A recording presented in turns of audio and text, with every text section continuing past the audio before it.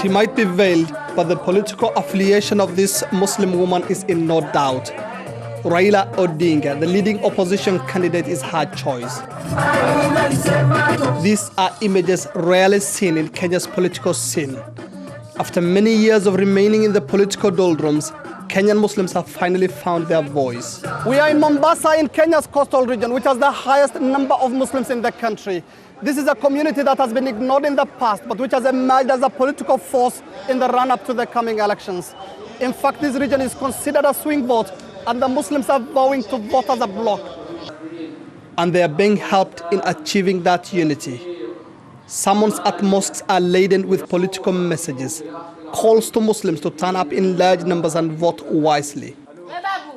65-year-old Mohamed HERITH lives in a poor neighborhood of Mombasa with his family of 9. Like many other Muslims, he has an axe to grind with President Kibaki's government. Muslims are marginalized in every aspect.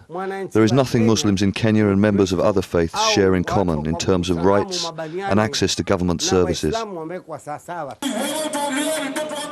Kenyan Muslims also complain of being targeted and harassed by the government in its so-called anti-terror swoops.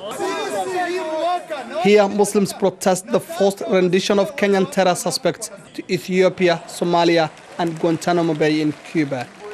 But despite all this, there are still some Muslims who support President Kibaki. Because I've seen his improvement that he has given us here in Kenya.